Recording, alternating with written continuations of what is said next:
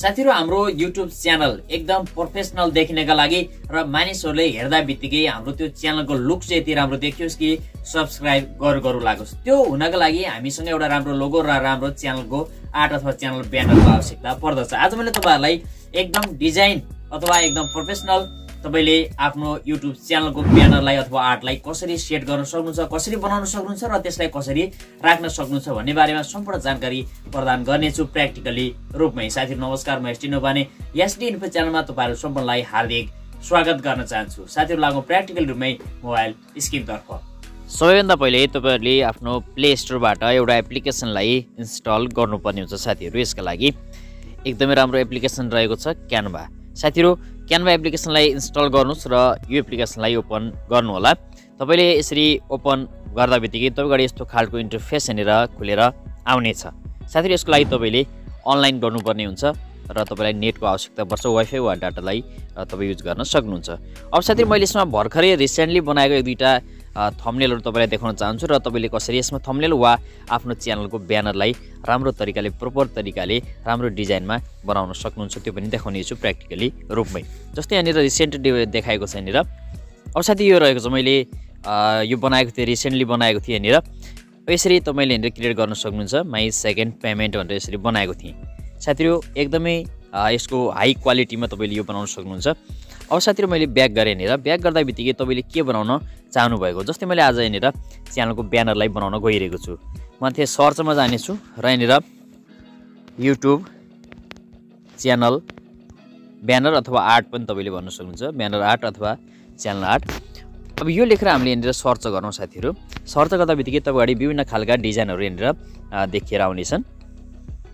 अब यहाँ विभिन्न डिजाइनहरु यहाँ देखिएका छन्, जसमध्येबाट तपाईले कतिपय डिजाइनलाई यहाँ निशुल्क रूपमा प्रयोग गर्न सक्नुहुन्छ। फ्री रहेका छन् भने कतिपयमा यहाँनिर पेड लेखिएको छ। पेडमा तपाईले युज गर्नको लागि अथवा पेड यिनी जो रहेका छन् त्यसलाई युज गर्नको लागि तपाईले पैसा तिर्नुपर्ने हुन्छ र तपाईले यहाँ निशुल्क पनि धेरै रहेका छन्, निशुल्कलाई पनि युज गर्न सक्नुहुन्छ। जस्तै निशुल्कमा मैले एउटा तपाईलाई युज गरेर देखाउने छु।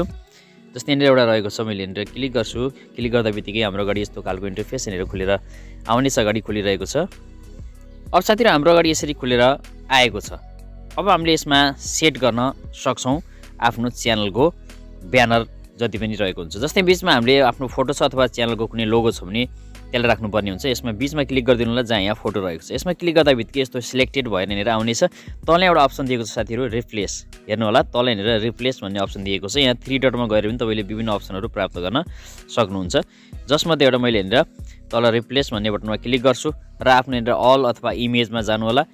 इमेजमा गइसकेपछि तपाईले यहाँनिर आफ्नो जति पनि फाइलमा रहेका फोटोहरु छन् त्यो खुलेर आउनेछ। तपाईले आफ्नो च्यानलको लोगोलाई यहाँनिर खोज्नु होला। साइडमा यहाँनिर फोटो पनि रहेको छ, ग्यालेरीबाट तपाई जान सक्नुहुन्छ। रिसेन्टली यहाँनिर रहेको छ। माथि यहाँनिर रिसेन्ट भनेको ठाउँमा क्लिक गरेर तपाईले आफ्नो फोल्डरलाई पनि यहाँ चुज गर्न सक्नुहुन्छ।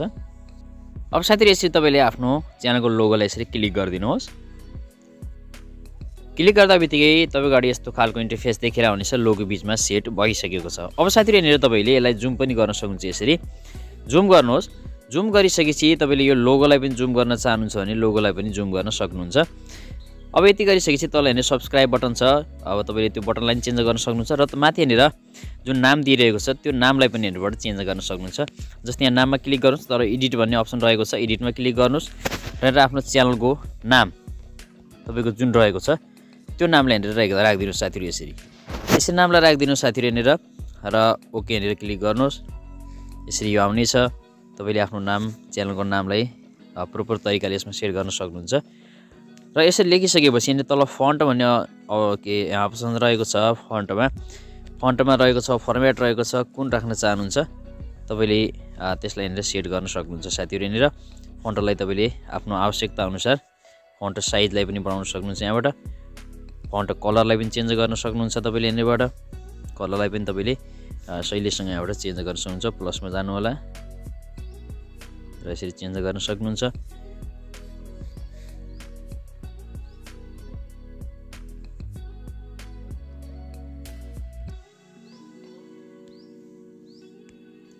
साथीहरु यति कुराहरु हामीले यहाँ सेट गर्यौं। मैले अझ जुम आउट गरेँ गरिसक्दा बित्तिकै तपाईँले बाँकी कुरा के यसमा सेट गर्न चाहनुहुन्छ, कुनै अन्य कुरा पनि लेख्न चाहनुहुन्छ त्यो पनि सक्नुहुन्छ। र यहाँ वेबसाइट देखाएको छ बिचमा, यो वेबसाइटलाई पनि तपाईँले चेन्ज गर्न सक्नुहुन्छ। तपाईँले आफ्नो यदि वेबसाइट छ भने त्यो वेबसाइटलाई पनि यहाँबाट राख्न सक्नुहुन्छ साथीहरू, अथवा केही कुरा लेख्न चाहनुहुन्छ भने शैलीसँग लेख्न सक्नुहुन्छ।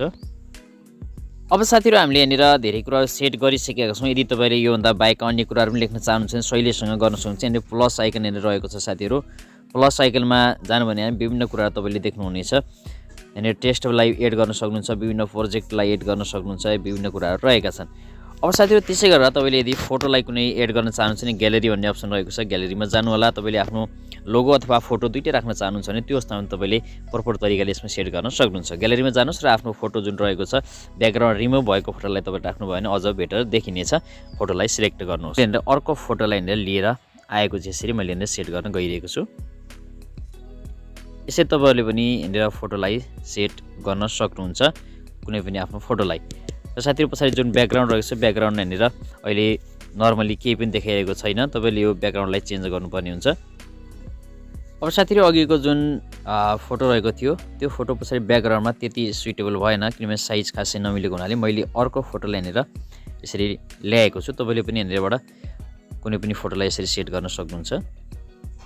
मैले साथीहरू यसरी फोटो राखिदिएको छु। अब तपाईँको साथीहरू यहाँनिर प्रपर तरिकाले जुन तपाईँको ब्यानर रहेको छ त्यसमा देखिन्छ वा देखिँदैन तपाईँले हेर्नुपर्ने हुन्छ। साथीहरू यदि काम गरिसकेपछि तपाईँले माथि यहाँनिर डाउनलोडको एउटा यहाँनिर साइन देख्नुहुनेछ, त्यसमा क्लिक गर्नु होला। क्लिक गरिसकेपछि तपाईँको अगाडि पुनः यस्तो खालको इन्टरफेस आउनेछ, सेभ एज इमेज भनेर। अब साथीहरू डाउनलोडमा यहाँनिर क्लिक गर्दा बित्तिकै तपाईँको यहाँनिर फाइल टाइप भनिएको छ। तपाईँले पिएनजी अथवा जेपीजी कुन सेभ गर्न चाहनुहुन्छ।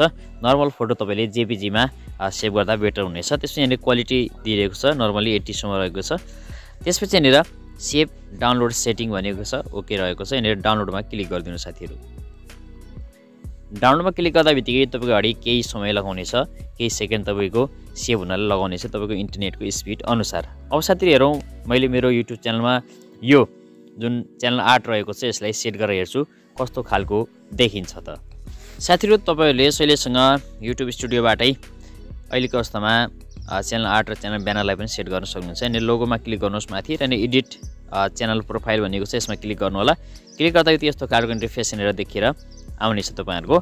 अब साथीहरू यहाँनिर मेरो पुरानो ब्यानर यसरी रहेको छ, यसमा मैले फोटोमा यसरी क्लिक गर्छु। यहाँनिर चुज फ्रम योर फोटोज भनेको छ, यसमा क्लिक गर्नु होला। येलो गरिदिनुहोस् र येलो गरिसकेपछि तपाईँले आफ्नो जुन भर्खरै बनाएको च्यानल आर्ट छ ब्यानर रहेको छ त्यसलाई क्लिक गर्नु होला। यसरी क्लिक गरिसकेपछि यसलाई यसरी जुन भएको छ सानो गरिदिनु साथीहरू। कति पार्ट तपाईँले राख्न चाहनुहुन्छ त्यो किसिमले यहाँनिर सेट गर्नुपर्ने हुन्छ। यदि तपाईँको यहाँनिर सेट भइरहेको छैन भने यो साइजलाई तपाईँले अझै प्रोपर तरिकाले म्यानेज गर्न सक्नुहुन्छ। यहाँनिर डेस्कटपको लागि नर्मली ठिक छ, टिभीको लागि सम्पूर्ण देखिएको छ। अब यहाँ अल डिभाइसको लागि जो रहेको छ अल डिभाइसको लागि यहाँनिर सानो बनाउनु पर्ने हुन्छ, जुन साइज यहाँनिर तपाईँहरूलाई आवश्यक पर्ने हुन्छ। यति कुरा यहाँनिर गरेपछि तपाईँले साइज मिलाउनुहोस् र यहाँनिर सेभमा क्लिक गर्नुहोस्। सेभमा क्लिक गर्दा बित्तिकै अब हेरौँ कस्तो खालको इन्टरफेस यहाँनिर देखिनेछ। साथीहरू यहाँनिर च्यानल जुन आर्ट अथवा ब्यानर रहेको छ यो चेन्ज भएको छ सक्सेसफुल्ली। अब हाम्रो पछाडिको जुन च्यानल आर्ट ब्यानर रहेको छ यस्तो खालको देखिएर आएको छ। अब साथीहरू यसरी मैले यहाँनिर च्यानलमै गएर पनि तपाईँलाई देखाउने छु कि सर्च गरेर कस्तो खालको इन्टरफेस यहाँनिर देखिन्छ त। अब साथीहरू सर्च गर्दा बित्तिकै यहाँनिर माथि युट्युबबाट अर्निङ गर्नको लागि यहाँनिर च्यानलमा क्लिक गर्छु। क्लिक गर्दा बित्तिकै तपाईँले देख्न सक्नुहुन्छ कि जुन हाम्रो च्यानलको आर्ट अथवा ब्यानर रहेको छ यस्तो खालको यहाँनिर सो गरिरहेको छ। तपाईँले पनि यसरी आफ्नो च्यानलको जुन ब्यानर रहेको छ त्यसलाई प्रोफेसनल लुकमा चेन्ज गर्न सक्नुहुन्छ। साथीहरू तपाईँले पनि यसरी नै आफ्नो युट्युब च्यानलको जुन च्यानल आर्ट रहेको छ त्यसलाई प्रपर तरिकाले सेट गर्न सक्नुहुन्छ बनाएरै। साथीहरू तपाईँलाई यो एप्लिकेसन जो मैले आज तपाईँलाई देखाएँ त्यो एप्लिकेसनबाट तपाईँले थम्बनेल पनि एडिट गर्न सक्नुहुन्छ र अन्य विभिन्न कुराहरू पनि एडिट गर्न सक्नुहुन्छ। हस्त साथीहरू आगामी नयाँ भिडियोमा पुनः भेट हुनेछ।